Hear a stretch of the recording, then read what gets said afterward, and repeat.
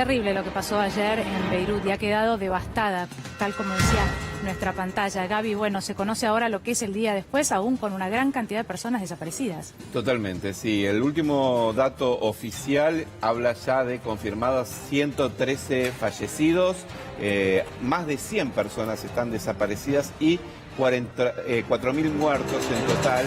4.000 muertos que algunos de ellos están en estado sumamente grave. Lo ocurrido ayer en Beirut, decíamos, hablaban de una fábrica de pirotecnia, dijimos, esto no suena a fábrica de pirotecnia. Finalmente la versión oficial que lo que explotó allí fue un depósito donde había 2.750 toneladas de nitrato de amonio, una sustancia que se utiliza como fertilizante, pero también para la fabricación de bombas, ¿no? Sí. Y ha habido distintos atentados a lo largo del mundo, incluso hay sospechas de que aquí o en el atentado a la embajada de Israel o en el de la AMIA se utilizó en parte este explosivo. Sabés que mira, ya que lo mencionás, Gaby, hago esta aclaración porque nosotros los periodistas no tenemos por qué no saber de todas estas cosas. Hoy uno de los peritos que trabajó justamente en la AMIA habló en Radio 10 con Pablo Dugan y decía, bueno, no pueden haber sido 2.700 toneladas, porque con 2.700 toneladas se hubiera volado todo Beirut, ¿no?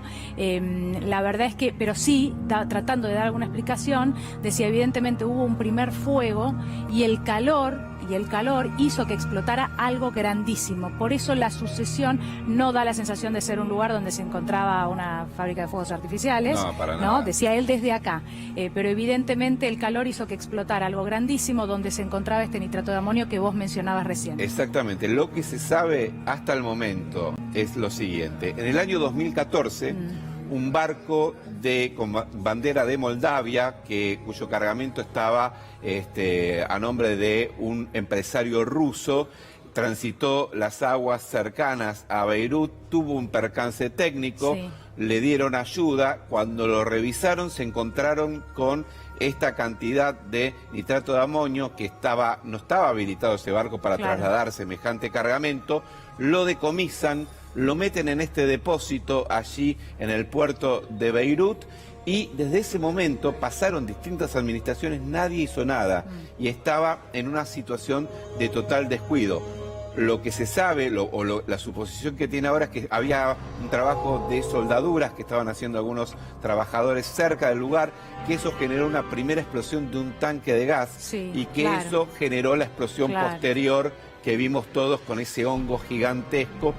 Hoy decían la cifra, es el equivalente a 1/5 de lo que fue la bomba de Hiroshima, la potencia de la explosión de ayer. O sea, un 20% de la bomba de Hiroshima. Se sintió el sonido por lo menos a más de 250 kilómetros de distancia. Hay quienes sostienen que el equivalente del valor de la explosión tuvo que ver básicamente, o se puede comparar con con un terremoto de 4.5 a la escala de Richter, ¿no? Y que incluso hubo sismógrafos en Pakistán que detectaron el movimiento telúrico que generó ese impacto, digamos, ¿no? Bueno, lo que mencionábamos, hasta el momento se habla de 113 personas fallecidas, pero se supone que son muchos más por la cantidad de desaparecidos, 4.000 heridos, y el dato acá también para tener en cuenta es que los daños generados en Beirut, según el propio gobernador de Beirut, dañaron más o menos 300.000 viviendas. En realidad hay 300.000 personas que se quedaron sin hogar a raíz de esta explosión, ¿no? Son un poco menos de viviendas, pero son 300.000 personas de 1 millón de personas que viven en Beirut, sobre 6 millones que viven en total en el Líbano, ¿no? Obviamente el primer ministro ha señalado que va a llevar la investigación hasta las últimas consecuencias para ver quiénes fueron los funcionarios responsables de este descuido fenomenal que se dio allí, y ahí vamos viendo las imágenes, ¿no? Es terrible, Gaby, como en una guardería, un jardín de infantes, ¿no? Dentro de los departamentos. Son expansivas impresionantes. Este padre, ahí se ve, mirá, desesperado, que no sabe dónde poner al chico, es lo que vemos a la derecha, y lo otro es una oficina cercana al puerto. Y que evidentemente este hombre que está con el chiquito primero escucha el ruido, pero claro, lo que decíamos ayer, no sabe lo que es hasta que llega la onda expansiva a su departamento. Sí, incluso en algunas de las imágenes que vimos Le vuelan todos los vidrios. de los departamentos, Sí. que la gente está viendo lo que pasó cuando se produce la explosión esta del hongo, se ve primero la imagen y tarda unos segundos en llegar el impacto, Sí, ¿no? sí. Bueno, la imagen del puente que veíamos ayer, por ejemplo. Exactamente. Impresionante las Terrible. imágenes. Aparte de la onda expansiva, es como a destiempo una trompada, porque te empuja. A mí Totalmente. me pasó en Río Tercero, que te empuja a 2 metros. Y Tampoco estábamos- una segunda explosión, ¿no? Claro, y nosotros estábamos ubicados a 2 kilómetros. Claro, Y te empuja, y no fue tan fuerte como esta. totalmente. Pero te empuja, es tremendo, porque sentís el ruido y después como un golpe, un viento, pero con una fuerza tremenda. Fíjense. Imagínate esto que llegó a 20 kilómetros o más. Las personas que dicen se les rompieron los vidrios. El sonido se escuchó en Chipre y se sintió a 250 kilómetros aproximadamente. Fíjense este hombre. Bueno, esto que del va auto en manejando. movimiento es terrible. Terrible. Mirá lo que vos decías, Gaby, ¿no? La primera explosión, que aparentemente la escuchan, la graban, Sí. y la segunda, que es la gigantesca, ¿no? Que es la que hace volar, bueno, este nitrato de amonio Sí. que había ahí en el lugar, que hace que ya ahí sí llegue la onda expansiva a esta distancia, porque la primera era evidentemente una explosión menor. Esta chica novia se estaba haciendo un set de fotos y ahí explota. Tuvo que suspenderse todo, obviamente, el susto que se llevó. Corre desesperada a refugiarse. Sí. Fíjense el momento del impacto de la explosión, lo que pasa con su vestido. Y estaba a varias cuadras de distancia Sí. del lugar, ¿eh? Sí, sí, sí. Bueno, lo que decías, además de las personas que hoy están desaparecidas, el costado más grave, ¿no? El más triste, la gran cantidad de gente que hoy está sin hogar, porque su edificio entero probablemente ya no exista, ¿no? Y bueno, gente que hay que ubicar, que está buscando familiares. La verdad es que es muy dramático todo. Tenemos a Karen Marón, que es corresponsal de guerra, en contacto con nosotros. Karen, muy buenas tardes. Aquí Gaby Michi, Antonio Fernández Llorente y Daniela Ballester, te saludamos. Gracias por atendernos, Karen. Bueno, a ver qué nos podés contar, qué podés agregar, ¿no? A lo que nos estaba contando Gaby en las horas posteriores a esta terrible explosión. Sí, me gustaría hacer una es fundamental. Al principio de juegos artificiales o de juegos de artificio o de pirotecnia, Sí. me gustaría hacer esta aclaración porque creo que es fundamental para la información. Se denomina pirotecnia en términos militares, que es muy probable que estuviera cercano a este almacén de explosivos. Pirotecnia es todo lo que tenga que ver, por ejemplo, con bengalas de señalamiento, con el uso de pólvora, señalización, estruendo. Eso es a lo que se denomina pirotecnia en temas militares, en cuestiones militares, y lo pueden corroborar especialistas en la materia. Lo que pasa que también por una cuestión de traducción, al principio se habló de juegos de artificios o juegos artificiales o pirotecnia literalmente, pero me parece que es un punto clave para aclarar que esto es pirotecnia Sí. en temas militares, Claro. donde se utiliza pólvora, y esa pólvora, por ejemplo, si se hubiera utilizado explosivos tradicionales como el TNT o el C4, podrían ser utilizados como detonante y producir lo que se denomina un tren de fuego. Entonces me parece un dato fundamental para aclararlo. No era una fábrica de juegos artificiales, no había juegos de artificio y no es la pirotecnia que nosotros conocemos. No sé si se Sí, escuchó sí, lo Karen, que acabo de decir. Queda clarísimo, y sí, ya desde el día de ayer, ¿no? Nosotros decíamos, no da la sensación, si bien hubo algunas explosiones, que se trate de una fábrica de fuegos artificiales y no de otra cosa, ¿no? Claro. Pero vale bien tu aclaración. Hola.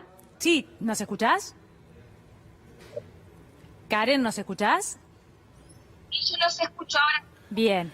Bueno, ¿y qué se sabe por estas horas entonces? ¿Cuál es la última información? Bueno, la última información decir, Gabriel, es toda la información que se tiene hasta el momento, pero a mí me gustaría trabajar un poco sobre otras causas de las que quizás nos hablaron. Por ejemplo, se habló del nitrato. Yo creo que lo que aclaré de la pirotecnia me parece clave. Sí. El tema del nitrato de amonio es como ya lo dijo Gabriel también, es un fertilizante que es utilizado por los terroristas porque es muy barato, no tiene el control del TNT o el C4, pero acá hay como diferentes puntos a tener en cuenta. Más allá que para mí lo principal, y por razones varias, porque hace 20 años que cubro Medio Oriente y África del Norte, y el Líbano ha sufrido situaciones muy complejas. Quiero comentarles que en este instante, desde el 12 de julio al 14 de agosto, se cumplen 14 años de la guerra de julio, la guerra que en el Líbano dejó menos muertos que esta explosión que sucedió en el día de ayer, que la cubrí desde el río Litani hacia abajo, hacia la frontera con Israel, y esa es la comparación que yo puedo hacer. Esos 34 días que vivimos en la guerra hace 14 años no se comparan con los minutos que se vivieron en un día tan trágico, donde tenemos que pensar fundamentalmente en las víctimas de la guerra. Ya se dieron los datos y ya se dio la información. El presidente, el general Michel Aoun, va a liberar 66 millones de dólares que no van a alcanzar, por supuesto, para un caso de emergencia semejante en medio del COVID-19. Y hay diferentes teorías. Seguimos con el nitrato de amonio, pero aquí hay 3 teorías diferentes. Una que fue confiscada en el 2007 por al grupo Fatah al-Islam, que estaba incursionando, es un grupo salafista que estaba incursionando en los campos de refugiados palestinos. Otra, que es la del 2014, que acaban también de nombrar, pero hay otra del 2013 que se habla de un barco turco que estaba trasladando estas toneladas de nitrato de amonio hacia el puerto de Trípoli, que queda en el norte de Beirut, en el Líbano, para entregárselo a grupos rebeldes por un lado y o terroristas por el otro, que estaban participando en el conflicto en Siria desde el año 2011. O sea que tenemos 3 versiones diferentes. Lo que sí, ese nitrato de amonio estaba en ese lugar que no correspondía, pero sí hubo muchísimos reclamos. Y en abril de 2014, tanto sea, si esto sucedió en el 2007, en el 2013 o en el 2014, en abril de 2014 el jefe de aduana le solicitó a un juez de urgencia que evacuara estos explosivos del puerto por la peligrosidad que tenía tener semejante cantidad de explosivos en un lugar densamente poblado, como es el puerto del Líbano y sus alrededores. Se enviaron y están publicadas, y ya tenemos la documentación de los documentos públicos enviados en 5 oportunidades a las autoridades gubernamentales para que sucediera este hecho. Por lo tanto, sí, acá hay cosas que me parecen que tienen que ver con la responsabilidad social periodística. No se puede afirmar si fue un accidente y no se puede afirmar si fue un atentado. Sí, tenemos 3 versiones de cómo pudieron haber llegado, 3 versiones.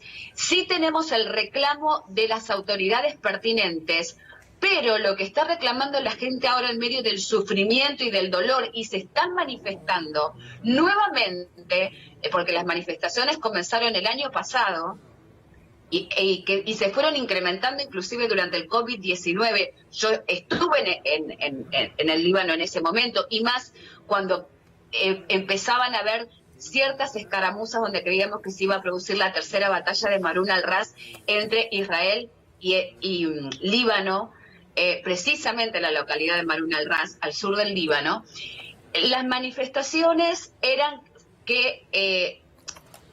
contra la corrupción sistemática que existe en el Líbano, que es un Estado multiconfesional. Como ustedes saben, el presidente debe ser, según la Constitución, cristiano maronita.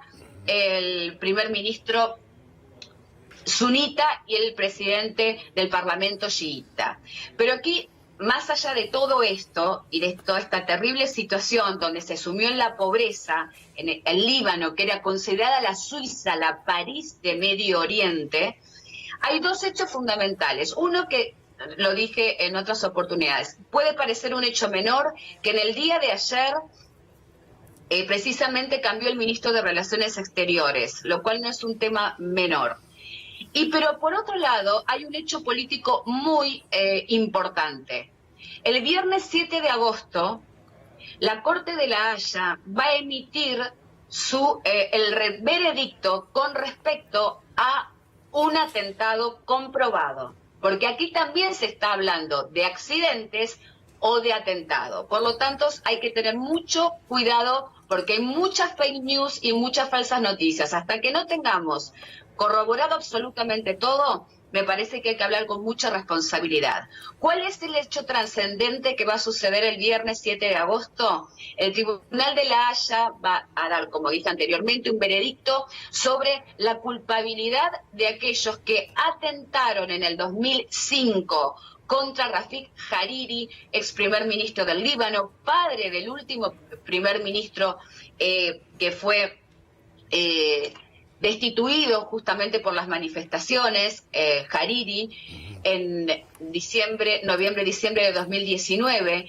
Y ese es un hecho que ha marcado al Líbano, entre tantos otros hechos que han marcado a ese país que es uno de los más importantes de Medio Oriente. Karen, mira, estamos en vivo en el Líbano, está Noemí Made, que es argentina, que vive allí. Si nos das un segundito, Noemí, ¿cómo estás? Buenas tardes, aquí te saludamos Daniela Ballester, Gabriel Michi y Antonio Fernández Llorente. ¿Cómo estás? Hola, buenas tardes. Bueno, contame cómo se vivió todo esto ayer, ¿no? Ayer fue un día tan crítico, la verdad que nadie se lo esperaba. Por suerte nosotros ya estábamos en casa, pero bueno, fue en un horario pico de salida de trabajo. Así que bueno. Noemí, ¿a qué distancia están ustedes? ¿Dónde están? Nosotros estamos a 12 kilómetros de una montaña, que sí. Líbano es la costa y montaña. Sí. ¿Y a vos te llegó la explosión? ¿Vos sentiste la explosión y vibró tu casa? ¿Se rompieron vidrios o no llegó tan lejos?